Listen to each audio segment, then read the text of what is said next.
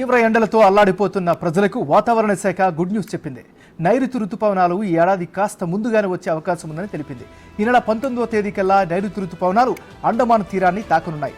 దాన్ని ఆనుకుని ఉన్న ఆగ్నేయ బంగాళాఖాతం నికోబార్ దీవుల్లోకి ప్రవేశిస్తాయని తెలిపింది. మరోవైపు ద్రోణి ప్రభావంతో 4 రోజుల్లో తెలుగు రాష్ట్రాల్లోని కొన్ని ప్రాంతాల్లో పిడుగులతో కూడిన వర్షాలు కురుస్తాయని పేర్కొంది.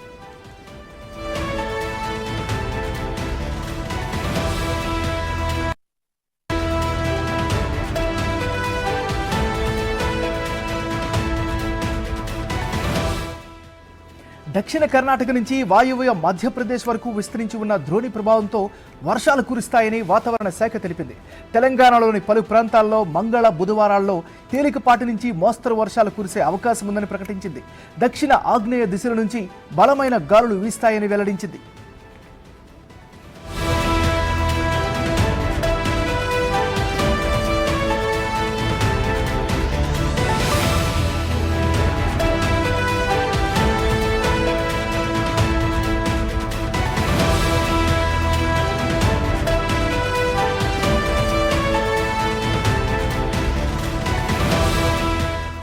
బులెటిన్లో మనం బ్రేకింగ్ న్యూస్ చూస్తున్నాం. నిన్న మొన్నటి వరకు కూడా 2 తెలుగు రాష్ట్రాల్లో కూడా తీవ్రమైనటువంటి ఎండలతో అల్లాడిపోయినటువంటి పరిస్థితి ఉంది. సో తీవ్ర ఎండలతో అల్లాడిపోతున్న ప్రజలకు వాతావరణ శాఖ ఒక రకంగా గుడ్ న్యూస్ చెప్పిందని చెప్పుకోవచ్చు. ఎందుకంటే నైరుతి ఋతుపవనాలు ఈ ఏడాది కాస్త ముందుగానే వచ్చే అవకాశం ఉన్నట్టుగా తెలుస్తోంది.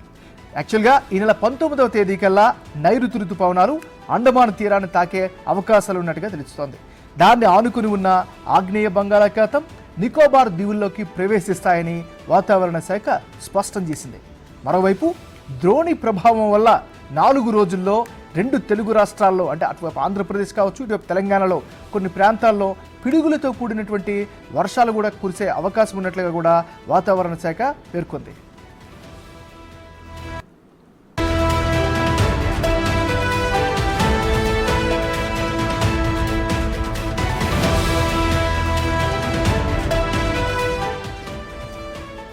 దక్షిణ కర్ణాటక నుంచి వాయువ్య మధ్యప్రదేశ్ వరకు విస్తరించి ఉన్న ద్రోణి ప్రభావంతో వర్షాలు కురుస్తాయని వాతావరణ శాఖ తెలిపింది. తెలంగాణలోని పలు ప్రాంతాల్లో మంగళ బుధవారాల్లో తేలికపాటి నుంచి మోస్తరు వర్షాలు కురిసే అవకాశం ఉందని ప్రకటించింది. దక్షిణ ఆగ్నేయ దిశల నుంచి బలమైన గాలులు వీస్తాయని వెల్లడించింది.